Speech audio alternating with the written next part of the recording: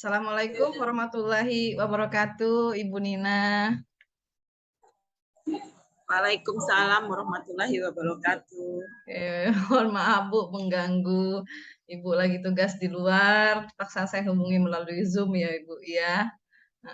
Mohon maaf Bu, ini untuk keperluan tugas saya sebagai CGP Angkatan 5 dari Bangka. Sengaja untuk melaksanakan tugas demonstrasi kontekstual dengan tugas mewawancarai kepala sekolah. Nih Ibu Nina Erlina selaku kepala sekolah kami di SMK Negeri 1 Sungai Liat. Mungkin bisa kita mulai dari perkenalan diri Bu ke Zoom ya. Oke, silakan Ibu. Oke, saya Nina Erlina, Kepala Sekolah SMK Negeri 1 Sungai Liat Bangka. Kebetulan saat ini saya lagi menjalankan tugas di luar, jadi kita ketemunya via Zoom sama Bu Ria. Apa yang penting Oh ya Ibu, makasih banyak Bu. Makasih banyak Bu Nina. Mudah-mudahan tidak mengganggu waktunya. Kita perlu waktu sekitar 10-12 menit. Ada wawancara nih terkait modul pembelajaran kami Bu Nina di modul 3.1 terkait pengambilan keputusan selaku pemimpin pembelajaran Bu Nina. Jadi ada beberapa pertanyaan terkait pengambilan keputusan ini, dan mungkin nanti untuk wawancara ini sengaja saya record ya Bu untuk pengumpulan tugasnya. Mudah-mudahan tidak keberatan. Silakan. Oke, baik Bu. Bu, pasti sebagai kepala sekolah, Ibu hampir setiap hari mungkin menemukan banyak hal, terutama kasus-kasus yang Ibu temui, dan Ibu sebagai kepala sekolah harus mengambil keputusan. Nah, selama ini nih Bu ya, bagaimana Ibu sebagai kepala sekolah itu dapat mengidentifikasi kasus-kasus yang mana dilema etika, yang mana bujukan moral, Bu?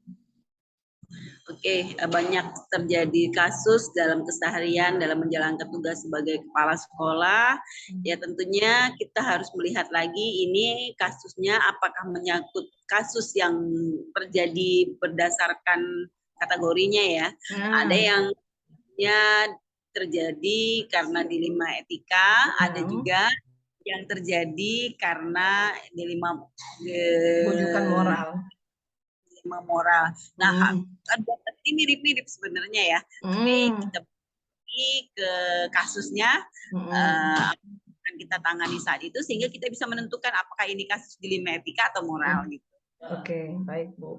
Nah, cara Ibu mengidentifikasi apakah kasus yang sedang Ibu hadapi dan untuk Ibu putuskan nih, apakah dilema etika ataukah bujukan moral, itu bagaimana Ibu mengidentifikasikannya, Bu?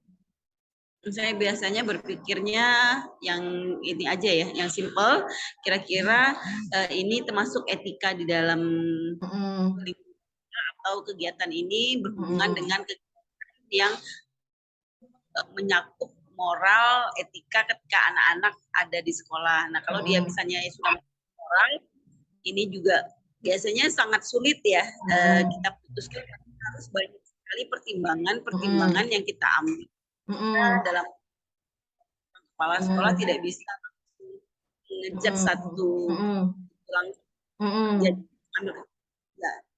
Kita lihat dari banyak yang kita nilai. Nah, banyak sisi yang harus dipertimbangkan, kepentingan yang harus kita pertimbangkan. Nah, mungkin ini hanya juga ya paradigma berpikir seperti juga harus sesuai dengan paradigma Bu ya, prinsipnya juga Bu ya, begitu. Ini jangka panjang atau jangka pendek. Iya. Ini kelompok, ini masalah kesediaan. Iya, benar Bu. Baik Bu. Baik Bu, terima kasih. Nah, selama ini nih ya Bu, bagaimana Ibu sebagai kepala sekolah SMK Negeri 1 Sungai Liat, Ibu bisa menjalankan pengambilan keputusan ya di sekolah Ibu, terutama untuk kasus-kasus di mana ada dua kepentingan nih Bu, yang sama-sama benar atau sama-sama menilai mengandung nilai kebajikan tuh Bu. Jadi ada satu kasus yang ada dua kepentingan yang sama-sama benar gitu ya, sama-sama punya nilai kebajikan. Itu gimana Ibu memutuskannya tuh? Biasanya kalau ada dua kasus yang seperti itu, sama-sama baik, sama-sama benar, hal yang harus kita pegang pertama sekali adalah apa yang harus kita perjuangkan saat itu. Kemudian kepentingan tersebut ya yang akan kita akomodir itu kepentingan untuk siapa. Nah, biasanya kepentingan siswa dulu yang harus kita utamakan. Jadi Nah, unsur di itu situ dulu Bu ya. yang dari kita kaji lagi, misalnya dari segi empirisnya bagaimana, dari bagaimana, dari regulasi bagaimana. Nah, ini menjadi pertimbangan kita sebelum mengambil. Apalagi yang terkait regulasi ya Bu, walaupun sama-sama benar, terkadang punya regulasi yang berbeda juga itu jadi pertimbangan ya. Di setiap lingkungan, setiap kejadian kan beda-beda lingkungannya. Benar. Ini semuanya sama ya, tidak seperti semuanya sama. Nah, itu yang harus kita lihat lebih lanjut gitu. Baik. Kita tidak bisa langsung kita ambil terus kita balik lagi nih, kadang-kadang juga merasakan ya, selama menjadi kepala sekolah saya merasakan kadang-kadang suatu keputusan sudah saya ambil, saya masih balik lagi nih ke dalam hati nurani saya. Masih tanya bener nggak? Ya, manusiawi banget tuh. Banyak. Gimana nih kalau teman di sekolah saya, anak buahnya tidak loyal lagi kepada saya karena saya salah mengambil keputusan. Iya. Nggak harus keputusan dan tidak plan. Seandainya saya bener. Yang rapot bawah, yang apa yang harus dijalankan ya Bu, begitu. Luar biasa Bu Nina. Seorang kepala sekolah ya, jadi dia kita sebagai kepala sekolah nggak mungkin dong semua orang harus suka. Iya betul, benar Bu. Oh gitu. Jadi nggak bisa kita menyenangkan semua orang, benar nggak Bu? Jadi balik lagi ini harus memberi manfaat kepada anak-anak di sekolah. Kepentingan anak-anak. Unsurnya Ibu. Baik Bu. Nah, di kasus langkah-langkah apa yang Ibu ambil atau prosedur seperti apa yang biasa Ibu lakukan ketika Ibu mau melakukan pengambilan keputusan itu? Nah, biasanya sebelum mengambil keputusan kita harus melakukan uji pertimbangan juga ya. Yang diuji, misalnya termasuk kepentingan siapa yang didahului. Ada 9 uji yang harus kita lakukan. Ada 9 langkah ya Bu ya. Kadang tidak semua langkah harus saya ikut. Saya seringnya itu tidak semuanya step by step kita lakukan. Kadang ada yang perlu, ada yang tidak. Nah, itu kita harus bisa memilah. Lihat kasusnya jadi ya. Kita mengambil keputusan. Iya. Lihat kasusnya juga Bu ya. Kalau yang masih agak udah biasa kita hadapin tadi itu mungkin Ibu udah paham betul bagaimana kasus ini akan terjadi begitu ya. Apalagi kalau kasus kesiswaan mungkin Ibu udah pengalaman sekian puluh tahun, udah tahu betul gimana siswa kita ya Bu ya, gitu. Ya. Jadi di sekolah itu juga kan kita sebagai kepala sekolah dibantu oleh rekan-rekan kita yang menjabat sebagai wakil kepala sekolah. Jadi mereka juga mempunyai peran. Tidak bisa mengambil minta juga. Tapi semua itu keputusan kita sendiri yang menanggung. Nanti ketika berhadapan dengan nama besar sekolah, nah kita yang menjadi penanggung jawab. Itu yang berat. Iya. Nah, tadi kan Ibu bilang ada beberapa langkah yang Ibu ambil, ada 9 langkah sebenarnya, melihat juga kasusnya bagaimana yang harus Ibu tangani dan keputusan apa yang harus diambil. Nah, dari 9 langkah tersebut ada seperti Ibu melakukan pengujian, penyeleksian, mungkin pencarian data juga fakta-fakta terhadap kasus yang Ibu hadapi. Di situ juga Ibu melibatkan rekan-rekan guru, bahkan wakil kepala sekolah untuk saling memberikan pertimbangan terkait keputusan yang akan Ibu ambil nantinya. Nah, ini hal-hal apa nih yang Ibu anggap efektif dalam pengambilan keputusan ketika menghadapi kasus-kasus dilema etika itu? Adem nih. Bisa diulang Bu ya?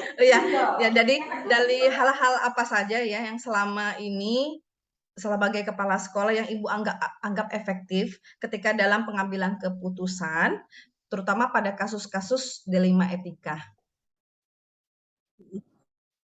Ketika kita berhadapan dengan kasus-kasus dilema etika, tentu saja saya yang tidak kalah penting dalam mengambil keputusan adalah satu, mengumpulkan fakta.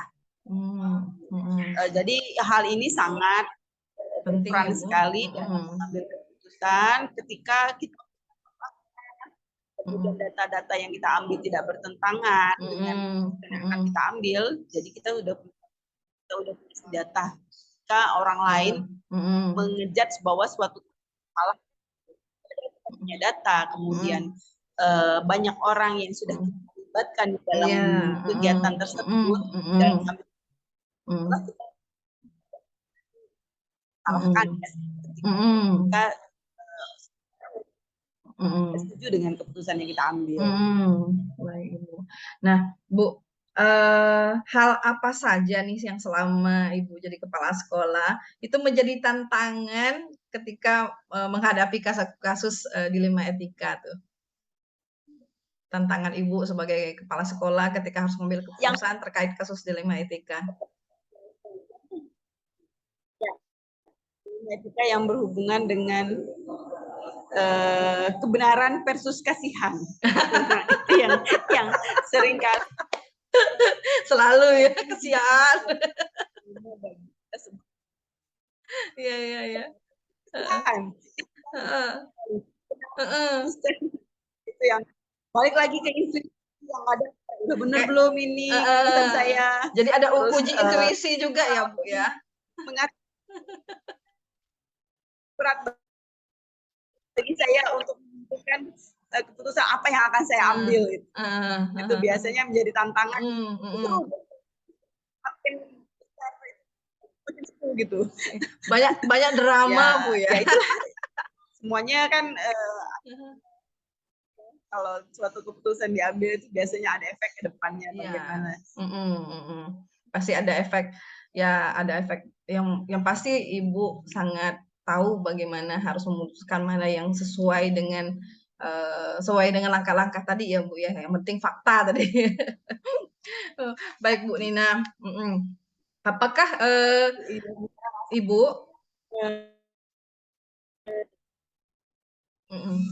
nih, apakah Ibu sebagai kepala sekolah mempunyai jadwal atau ketentuan tertentu dalam sebuah penyelesaian kasus dilema etika, Bu? Nah, apakah Ibu langsung memutuskan di tempat atau Ibu menjadwalkannya, menyelesaikannya dalam bentuk apa prosedur yang biasa Ibu lakukan? Gitu. Biasanya ketika kita menghadapi masalah dilema etika, saya lihat tidak bisa waktunya itu kita tidak bisa prediksi. Kapan harus ketemu itu disesuaikan lagi kasus yang terjadi. Seandainya kasusnya besar, berarti mungkin kita agak mengambil waktu karena harus mengumpulkan banyak fakta. Kan? Ya, dari sehingga tidak ada yang merasa dirugikan dari keputusan tersebut.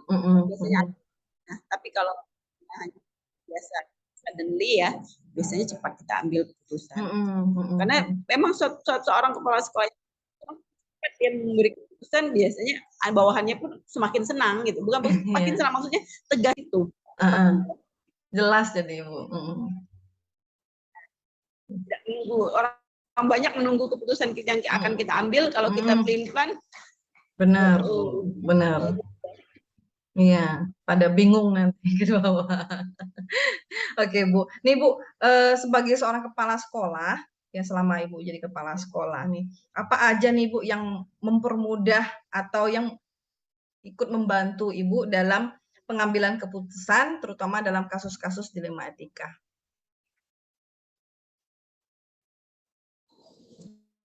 Biasanya yang menjadi apa? Yang sangat membantu saya mempermudah. Dilema etika adalah fakta orang yang kita libatkan siapa aja. Semakin cepat kita biarkan masalah ini, tentu saja ini akan mempercepat proses pengambilan keputusan dalam dilema etika. Jadi dalam hal ini Ibu juga harus punya teamwork, kerja tim ya Bu ya, sebelum Ibu memutuskan ada fakta yang harus diambil dulu, ada orang-orang yang terlibat itu memang kompeten untuk memberikan masukan atau pertimbangan dalam kasus yang Ibu hadapi tentunya. Kita harus punya regulasi yang tepat ya. Regulasi itu dijalankan. Regulasi itu yang penting. Menjalankan kesepakatan kita, yang penting kan itu kan di awal sudah kita tetapkan kesepakatannya begini, peraturannya seperti ini ya. Jadi setiap ada pelanggaran kita harus kita sudah sepakat gitu. Jadi kalau begitu ada pelanggaran kita cepat mengambil keputusan. Iya. Jadi memang harus ada kesepakatan dulu. Nih Bu, dalam semua hal nih ya, semua kasus yang pernah Ibu pelajari, tentu ada pembelajaran dari setiap kasus tersebut yang Ibu ambil nih ya, yang seperti Ibu bilang tadi, terkadang setelah diputuskan, masihlah katakan ada dalam hati Ibu bertanya, apakah ini keputusan yang sudah tepat atau tidak. Nah itu kira-kira pembelajaran apa saja nih dari pengalaman Ibu sekolah, dari keputusan yang sudah Ibu buat terkait dilema etika gitu, kasus dilema etika. Yang saya belajar bahwa jadi orang itu, jadi seorang pemimpin kita tidak boleh egois, hanya mementingkan kepentingan kita sendiri tanpa mempertimbangkan banyak hal.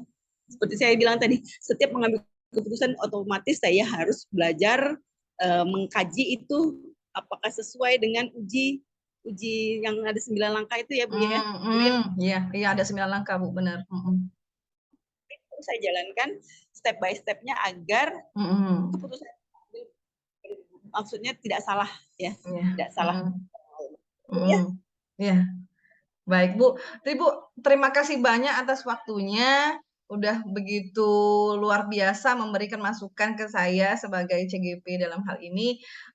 Semoga perjalanannya menyenangkan dan kembali dengan sehat dan selamat Ibu ya. Mudah-mudahan selalu bahagia. Salam buat ibu-ibu yang lain. Assalamualaikum. Saya off ya Bu. Hati-hati di jalan.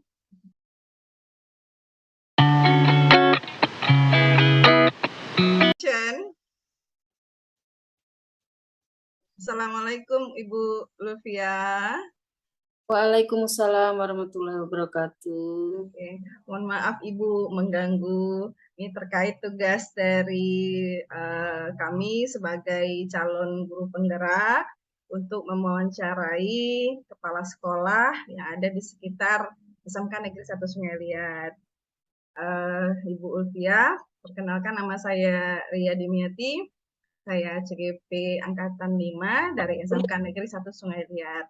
Nah, Ibu ada beberapa pertanyaan terkait wawancara ini.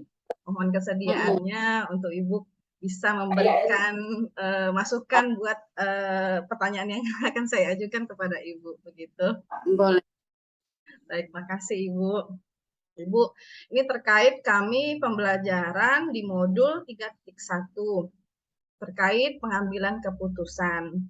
Jadi ada beberapa hal terkait pengambilan keputusan yang akan bagaimana cara Ibu sebagai kepala sekolah untuk mengambil sebuah keputusan ketika Ibu selaku pemimpin di sekolah Ibu. Nah, untuk pertanyaan pertama nih Bu ya, selama ini bagaimana Ibu dapat mengidentifikasi kasus-kasus yang merupakan dilema etika atau rujukan moral dari yang pernah Ibu tangani selaku kepala sekolah? Mudah-mudahan jelas. Baik, Bu. Kasus ya itu di sana kami lihat dilema etika dan nah kalau etika itu kami cenderung biasanya ke attitude siswa. Contoh-contoh yang ada itu seperti kurangnya sopan santun siswa terhadap tenaga pendidik maupun tenaga kependidikan yang berada di lingkungan sekolah. Terus untuk moral itu biasanya tingkat bolos siswa kami yang sangat tinggi. Nah, itu kasus-kasus contoh dilema etika dan moral. Nah, jadi pada saat kadang-kadang kita selamat pagi yang 5S kita terapkan, ternyata itu masih banyak siswa yang tidak menyadari bahwa kita mulai mendidik untuk attitude mereka. Mereka hanya sekedar salam-salam tanpa bagaimana cara menjaga sikap mereka terhadap yang lebih tua, terhadap antar sesama teman dan yang lain-lainnya. Nah, untuk yang tingkat moral itu biasanya bolos mereka itu kadang-kadang sudah kita tangani, tapi masih juga mereka lakukan dan kadang-kadang menular ke siswa lainnya jika kita tidak ambil tindakan tegas. Jadi ikut-ikutan gitu Bu ya. Untuk kasusnya mungkin kasus seperti itu. Jadi dalam pengambilan keputusan nih Bu, ada namanya dilema etika. Dilema etika ini memang lebih kepada sikap-sikap, kasus-kasus yang berhubungan dengan etika atau nilai-nilai kebajikan yang dilanggar oleh siswa kita.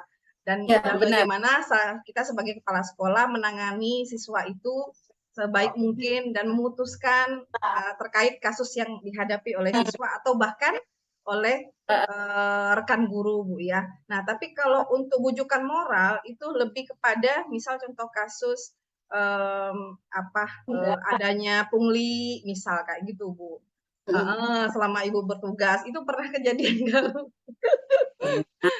Misalkan ada oknum misalkan gitu ya. Ada pernah menangani Bu? Pernah kita tangani hal-hal seperti itu. Oke Bu. Nah, baik.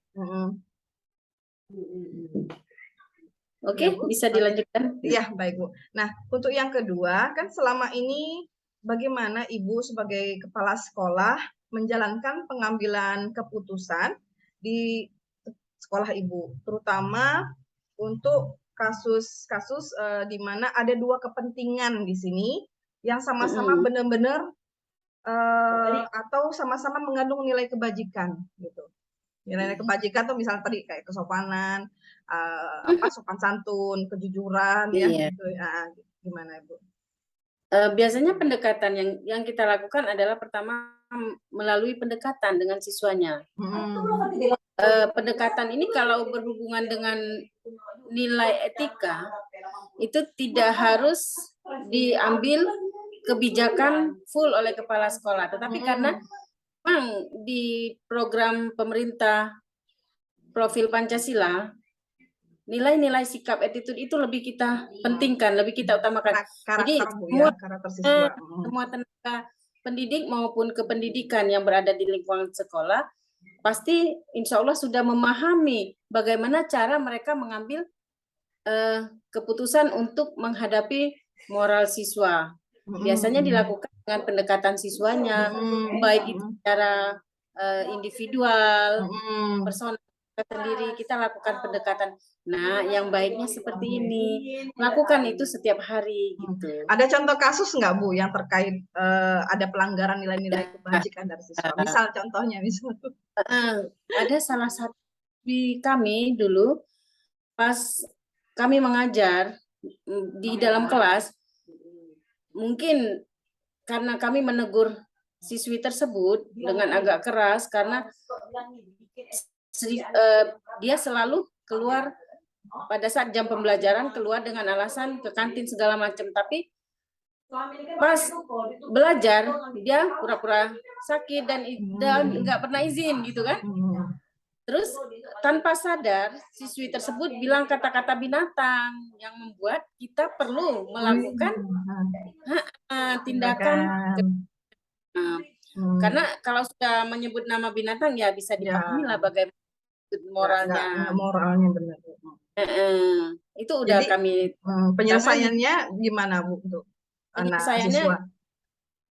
Pertama kita panggil persona, terus orang tua juga kita panggil apa pengaruhnya di dalam rumah tangga, apa ada hubungannya kan, ternyata iya siswa ini broken home gitu. Iya. Jadi bagi mereka kata-kata kasar seperti itu sudah biasa. Tapi kita sebagai pendidik ya jelas harus meluruskan hal yang seperti itu. Iya. Keputusan Ibu terhadap siswi itu gimana Bu ketika kasus itu terjadi? Waktu terjadi Ibu memutuskan gimana untuk siswa tersebut? Oke, maaf terputus tadi. Ya nggak apa-apa. Keputusan Ibu terhadap kasus yang tadi gimana Bu untuk siswi tersebut? Apa yang Ibu putuskan ketika itu? Enggak, kita enggak memutuskan sesuatu seketika itu, tetap kita panggil secara personal, terus kita menghadap ke BK-nya, kita bawa siswanya ke BK dengan melalui administrasi yang ada, kita panggil siswanya. Biar orang juga mengetahui. Jadi tidak hanya pihak sekolah melakukan pembinaan terhadap siswa, keluarga juga merupakan faktor yang utama juga. Oke, Bu. Nah, ketika pengambilan keputusan, nah langkah-langkah apa yang Ibu lakukan sebagai kepala sekolah sebelum memutuskan sesuatu terkait sekolah Ibu yang harus Ibu putuskan, misalkan ada kasus tertentu? Ada kasus-kasus tertentu, banyak kasus yang kita hadapi di sekolah. Jelas pihak-pihak yang terkait yang harus kita panggilkan, walaupun kita sebagai kepala sekolah tidak harus memutuskan hal secara sendiri, karena pikiran satu orang itu belum tentu lebih baik. Jadi kita lakukan pertama pemanggilan kepada wali kelas, kepada guru mapel, kepada guru mapel yang tidak berhubungan juga, artinya di dia mengajar, guru BK, wakil kepala program kita panggilkan. Untuk dapat mereka, akhirnya kita punya satu keputusan gitu. Oke, Bu. Artinya tahapnya tetap Ibu mesti mencari faktanya dulu, mencari informasi dulu, meminta pendapat dari guru-guru yang bersangkutan begitu ya, Bu. Betul banget. Baik, Bu. Selanjutnya, Bu ya. Nah, hal-hal apa saja yang selama ini yang Ibu anggap efektif dalam pengambilan keputusan? Nah, hal-hal yang utama dianggap efektif itu melalui diri pendidik dan tenaga kependidikan itu sendiri. Artinya mereka harus memberi contoh. Benar, kalau namanya guru itu digugu dan ditiru. Jadi jika kita tidak menerapkan attitude yang baik, otomatis siswa akan meniru juga. Benar. Jadi pertama yang kita lakukan adalah untuk diri kita sendiri sebagai pendidik. Jadi contoh ya, Bu ya. Oke, Bu, nih apakah Ibu sebagai kepala sekolah memiliki jadwal tertentu, misalkan untuk penyelesaian kasus, misalkan untuk kasus ini berapa lama, dan bentuk prosedur apa saja yang dilakukan begitu? Tergantung kasus ya.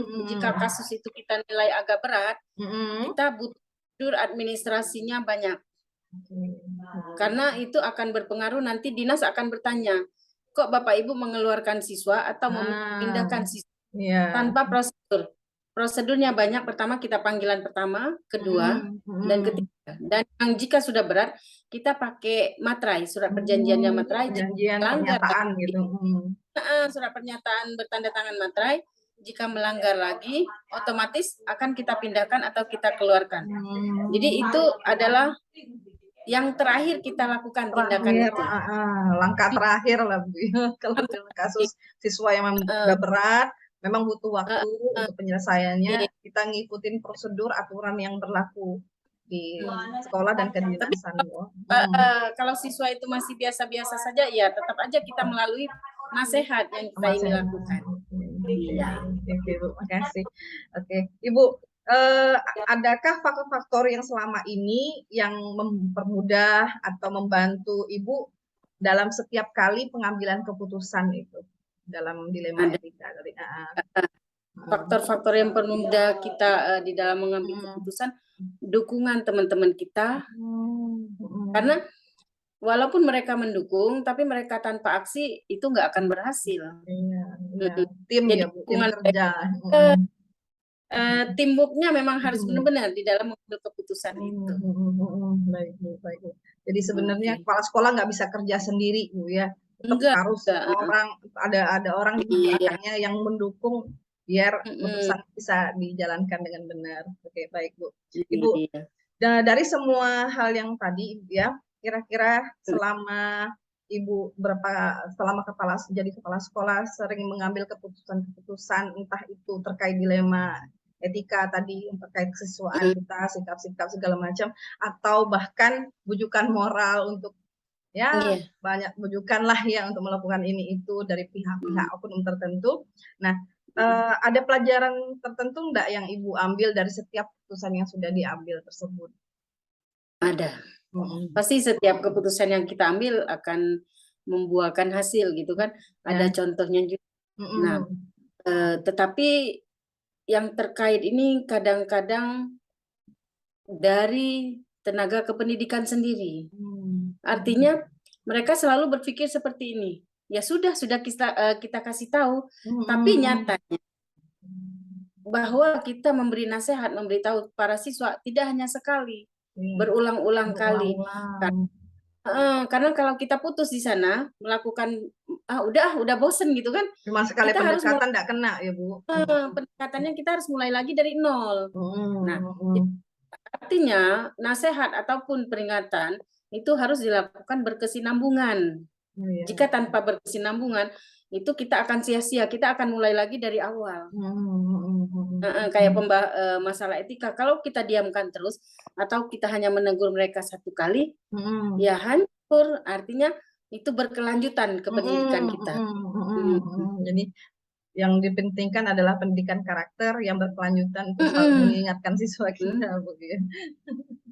Oke, Bu Ulfia, makasih banyak ini waktunya udah sangat membuka wawasan saya sebagai CGP bagaimana seorang kepala sekolah dari sekolah yang luar biasa, anak-anak siswa yang dengan berbagai macam karakter, mungkin juga rekan kerja yang juga berbagai macam karakter, Bu ya. Yang lebih susah nih ngatur orang daripada ngatur barang.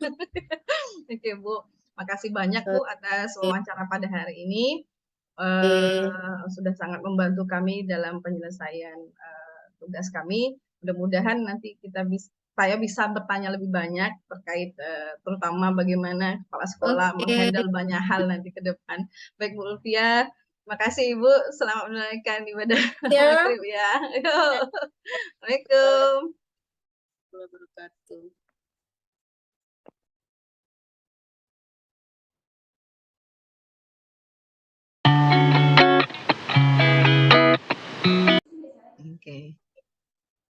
Oke, alhamdulillah. Bismillah. Assalamualaikum Ibu Haryani. Waalaikumsalam warahmatullahi wabarakatuh. Selamat pagi Ibu. Maaf sudah mengganggu. Ini saya sengaja menghubungi Ibu itu dalam kaitannya saya mau mewawancarai Ibu terkait kami lagi mempelajari modul 3.1 tentang pengambilan keputusan Ibu. Jadi ada beberapa hal yang mungkin saya pengen tahu Ibu sebagai kepala sekolah. Nah, mohon Ibu dalam wawancara ini Ibu bisa memperkenalkan diri lebih dahulu. Iya, begitu. Iya, baik. Terima kasih Bu Ria Dimyati ya. Sebagai calon peserta guru penggerak Angkatan 5. Iya, benar Ibu. Baik. Perkenalkan, saya Ibu Haryani. Alhamdulillah sekarang diamanahkan menjadi kepala sekolah SMK Negeri 1 Mendu Barat. Ya. Baik Bu, makasih Ibu, Bu Dalam Haryani. ini ya terkait dengan materi dalam modul yang dipelajari dalam CIP. Iya. Baik Ibu, boleh kita mulai ya Bu ya?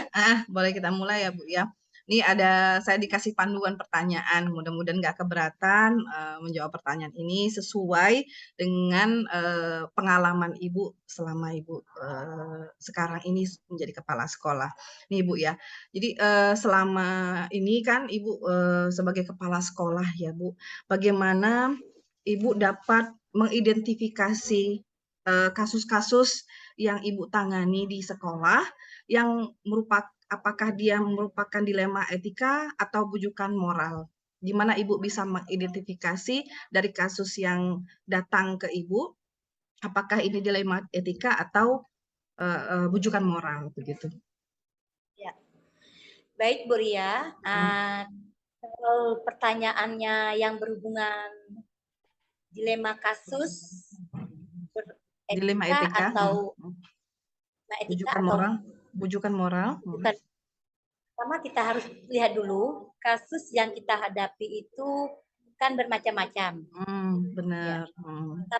Tapi Ibu sebagai kepala sekolah SMK 1 Budo Barat yang berada di suatu sekolah di mana lingkungannya adalah masyarakat pedesaan yang di mana ketika kita berhadapan dengan masyarakat pedesaan yang di mana orang tuanya adalah sebagian besar itu adalah mata pencahariannya adalah petani. Dan anak-anak yang tentunya akan disekolahkan dalam tingkat SMA, maka salah satunya mengidentifikasi kasus tersebut. Kita lihat dulu konteks kesalahan apa yang mereka dapatkan dulu. Sehingga muncul beberapa kasus itu ada di sekolah. Jadi kami harus mengidentifikasi dulu bagaimana latar belakang, di belakang bagaimana kehidupan mereka, bagaimana kondisi keluarga, hubungan orang tuanya, pendidikan dasar yang diberikan orang tua, mulai dari keluarga, kita pahami dulu. Harus kita identifikasi dulu. Sehingga kita bisa mengambil kesimpulan bahwa kasus ini termasuk dilema etika atau moral. Bujukan moral. Iya, Bu. Baik, Bu. Jadi tetap Jadi kita harus hanya dulu. Jadi harus tetap fakta-fakta dari kasus yang dihadapi. Ya. Pun seandainya permasalahan dari keluarga, dari pihak luar, nah bagaimana kelanjutannya? Kita bisa mengambil langkah-langkah agar menyelesaikan masalah ini dengan baik. Jadi ketika Ibu keputusan yang berhubungan dengan siswa berkaitan dengan kasus dilematis etika tadi, Ibu harus bisa menempatkan posisi Ibu sebagai kepala sekolah, sebagai guru, maupun sebagai masyarakat, orang tua, agar anak Ibu, mereka yang mempunyai masalah seperti itu, mereka bisa bantu, kita bimbing pasal tersebut agar tidak terjadi semacam semacam mereka merasa didiskriminasi dengan dipinggirkan gitu ya Bu, dengan kondisi keadaan semuanya. Selama Ibu menjadi kepala sekolah di SMK Negeri 1 Budo Barat ini, banyak sekali perbedaan baik dari ekonomi, jauh Bu ya, hubungan orang tua itu berbeda yang Ibu sebelum di sekolah-sekolah yang lainnya. permasalahan yang harus ibu benahi dulu untuk menjadikan mereka kondusif belajar di sekolah itu apa dulu identifikasi diidentifikasikan semua. Jadi fakta-fakta dari kasus yang dihadapi, Ibu cari tahu dulu dari pihak-pihak yang terlibat di situ, Bu ya, sehingga faktanya lebih bisa dibaca dan Ibu bisa memutuskan keputusan apa yang lebih tepat untuk kasus yang Ibu hadapi. Oke. Baik, Ibu. Benar. Kita mengidentifikasi dengan tahap-tahap seperti itu agar mengambil keputusan tidak gegabah begitu ya, yang merugikan. Luar biasa. Ya. Yang Bu, selama ini kan bagaimana sebagai kepala sekolah ketika Ibu mengambil keputusan nih, ketika Ibu menghadapi kasus, contoh kasusnya misalkan di mana ada dua kepentingan yang sama-sama benar nih, Bu, atau sama-sama mengandung nilai kebajikan. Jadi ada kasus menghadapi dua kepentingan yang sama-sama benar dan sama-sama mengandung nilai kebajikan. Jadi Ibu ketika memutuskan kasus seperti itu gimana tuh? Kasusnya apa ini? Kasus kita berhubungan dengan siswa atau bisa dengan siswa, bisa dengan rekan guru misalkan. Iya, baik Bu Ria. Mengambil keputusan yang sama-sama memerlukan kebajikan dua hal yang sama-sama benar. Benar. Di antara kedua ini memang ada sesuatu keadaan yang harus benar-benar kita perhatikan kondisinya.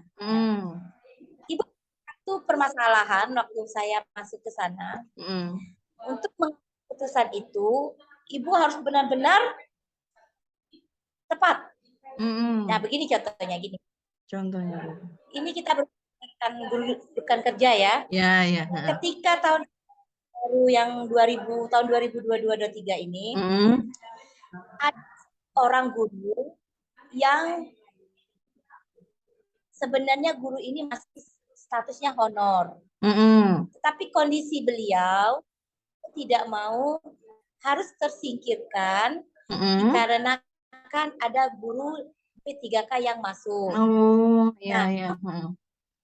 Bangkan hal-hal tersebut, Ibu harus menyelesaikan masalah ini karena di satu sisi kita jangan sampai kembali merugikan orang lain. Tetapi tujuannya adalah benar. Benar. Betul, Bu. Di satu sisi lagi, perhatikan ada seorang guru yang akan mengajar di sekolah kita dan ini merupakan tugas pokok utamanya. Harus tidak. Di antara kedua ini harus kita perhatikan dulu. Kalau saya yang ini, bagaimana dengan yang ini? Kalau saya memaksakan diri untuk memberikan yang ini, bagaimana dengan yang lamanya? Sehingga kedua-duanya enak. Sehingga kedua-duanya merugikan. Nah, langkah itu adalah Ibu memanggil guru yang lama dulu. Dengan bermaksud tidak mau merugikan beliau. Memberikan pendidikan, memberikan pandangan bahwa kalau Bapak seperti ini terus, bagaimana ke depannya?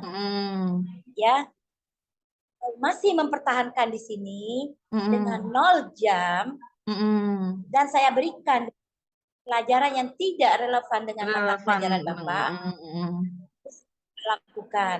Kira-kira berikan diri Bapak itu sendiri atau mau mempertahankan seperti itu? Karena berkaitan, ya kita bekerja ini kan butuh ada aturan, Bu ya. Ada aturan. Bapak juga sebagai seorang kepala keluarga juga harus memperhatikan keluarga. Betul, mata pencarian. Jangan sampai Bapak mau tetap di sini, tapi harus mengorbankan keluarga dengan penghasilan yang tidak maksimal. Ya, ini akan sendiri. Nah, di saat kita memutuskan itu, banyak pertimbangan. Ibu meminta pendapat senior, tenaga tata usaha yang senior. Jika dipertahankan, apa yang akan terjadi? Nah, jika ibu memasukkan guru ketiga, karena itu sudah aturan. Aturan yang harus ibu ikutin ya. Kita ikuti aturan ini dari pemerintah. Ini loh. Ini juga. Karena sementara kan dia dengan P3K ini kan sudah memiliki sertifikasi. Dan tak mungkin kita tolak ya, Bu. Baru kita mana dengan sertifikasinya, kita pertahankan juga. Satu sisi saya harus melepaskan satu tetapi bagaimana yang lama ini tadi mengerti dengan kondisi seperti itu. Alhamdulillah Ibu melakukan hal-hal seperti itu, selesai masalah ini, dan yang kita keputusan kebajikan dua yang sama-sama kita ambil. Oh iya, sama-sama benar Bu, itu betul. Kasusnya persis. Sama ini akhirnya bisa Ibu selesaikan. Alhamdulillah. Dan si Bapak dengan senang hati, dengan lapang dada. Yuk kita cari solusinya. Bagaimana kalau Bapak di sekolah yang lain yang memang ada jurusan Bapak. Dan langkah seperti itu beliau dipertahankan lagi walaupun tidak berada di sana, tapi bisa kita bantu ya, untuk ya. Pelajarannya lebih banyak lagi ke sekolah yang lain. Gitu. Iya. Ibu sekolah kita biasa. dengan senang hati, tidak ada hambatan, tidak merasa dirugikan, dan jam mengajar. Iya, dan mengajar jadi ya Bu ya. Nih, nah prosedur apa saja yang biasa Ibu lakukan ketika sebelum memutuskan sesuatu dalam sebuah kasus misalkan? Langkah-langkah yang Ibu lakukan ketika sebelum memutuskan sebuah keputusan untuk sebuah kasus tertentu. Langkah-langkah yang biasa Ibu lakukan. Iya. Biasanya Ibu kalau langkah-langkah misal ada kasus-kasus itu, Ibu selalu berkoordinasi. Ibu tidak melangkah sendiri, tetapi Ibu selalu berkoordinasi dengan rekan-rekan guru. Bila perlu diskusi, kita tanya tempatnya, jika terjadi apa masalahnya. Tadi kembali ke identifikasi, ya fakta-faktanya Bu ya. Ya, kalau Ibu koordinasi dengan pihak sekolah agar tidak salah kita ngambil keputusan itu. Ya, benar. Itu komunikasi aja lah. Koordinasi ya. Komunikasi ya luar biasa Ibu.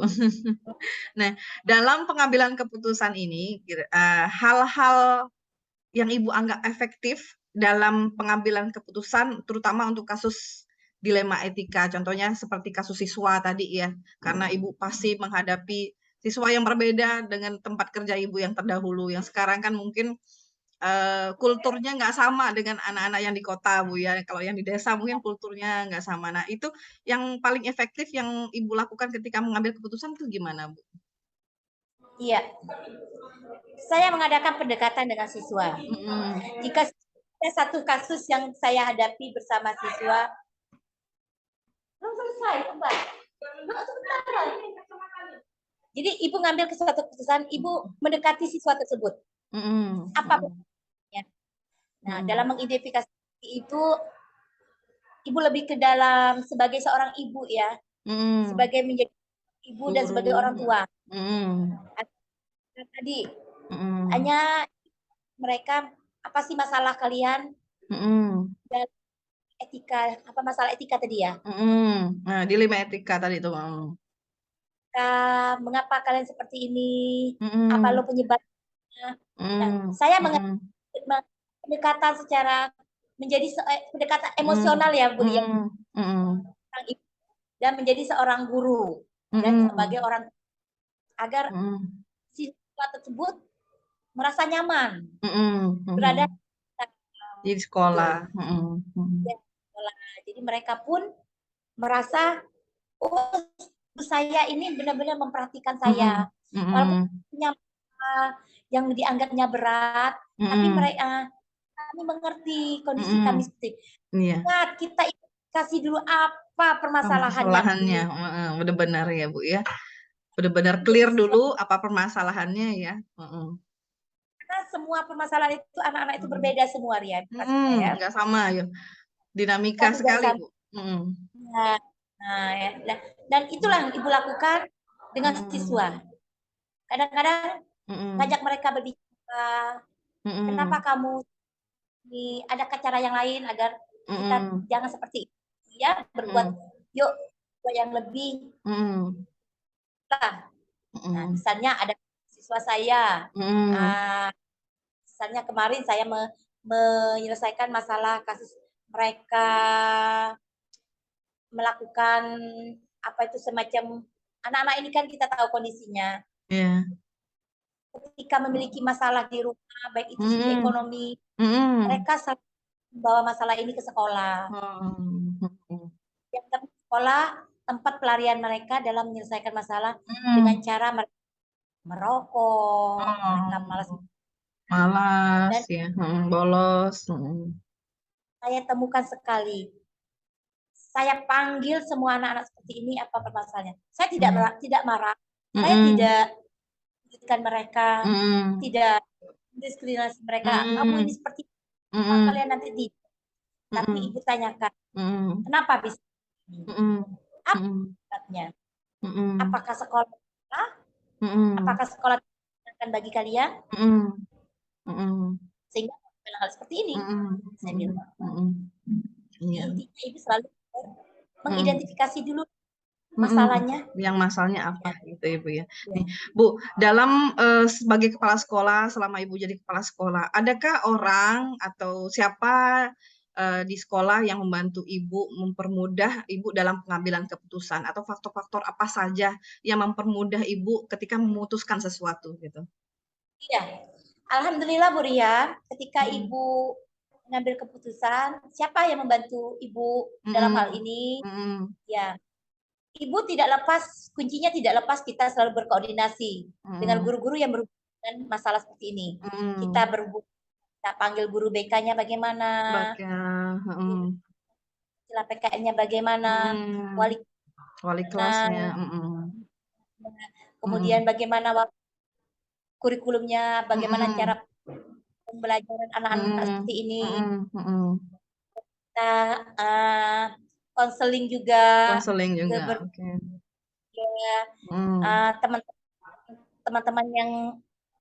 Teman-teman siswa yang ini, jadi yang kita terlibat gitu ya.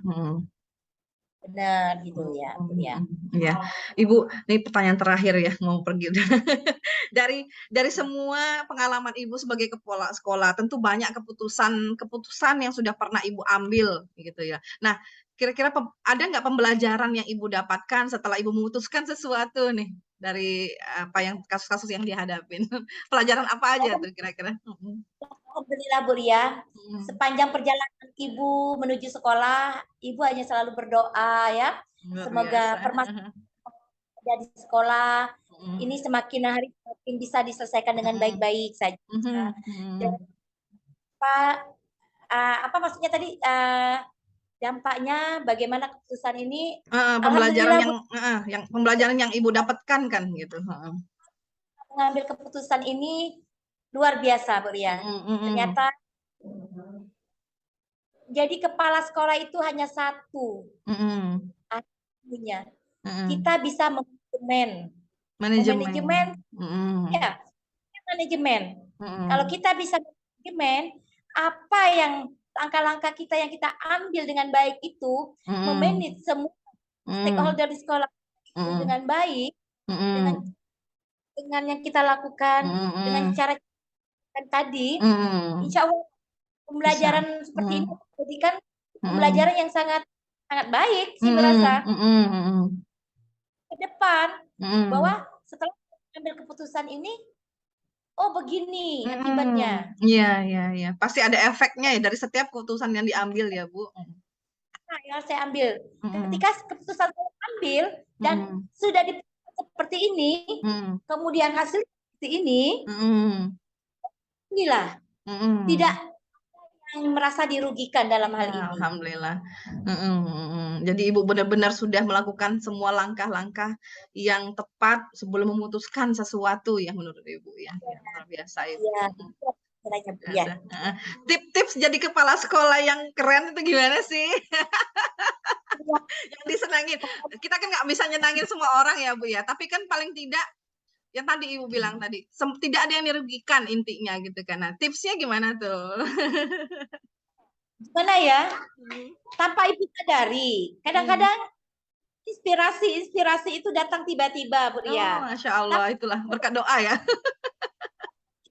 Artinya dimudahkan segala jalan itu tiba-tiba seperti ini. Nah, gitu. Tips-tipsnya mungkin Ibu belum menemukan. Kalau Ibu mau diminta tipsnya, karena kita baru juga Bu Ria ya. Iya.